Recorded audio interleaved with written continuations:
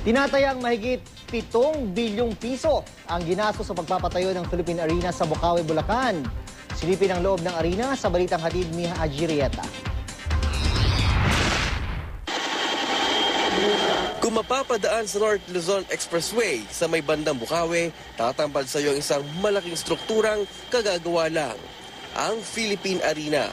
Ipinatayo ito ng Iglesia ni Cristo para sa kanilang sentenaryo sa susunod na linggo. Nagsimulang konstruksyon nito sa isang groundbreaking ceremony noong August 17, 2011. Idinisenyo ito ng grupong Populous, isang malaking architecture firm na nakabase sa Kansas City sa Amerika. Kasama ang Philippine Sports Stadium at Philippine Sports Center, binubuo nito ang Ciudad de Victoria o City of Victory. Matibay daw ang arena, kaya dumaan man ang mga lindol at bagyo, hindi raw ito guguho.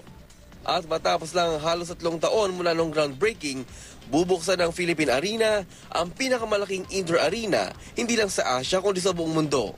Pagpasok sa loob, talaga namang malulula ka sa lawak at taas ng buong arena.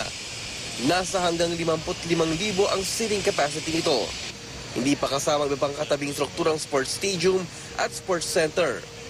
Berde, puti at pula ang mga upuan. Mga kulay na sumisimbolo sa Iglesia ni Cristo. Pagkatapos ng kanilang sentenaryo, gagamitin din ang arena sa iba pang mga aktibidad gaya ng sports at iba pang mga konsyerto. Bukod sa record na naitala ng Philippine Arena sa laki ng struktura nito, isa rin nawa itong patunay ng mga tagumpay na nakamit ng Iglesia ni Cristo sa 100 taon nitong kasaysayan. Haji Rieta, GMA News.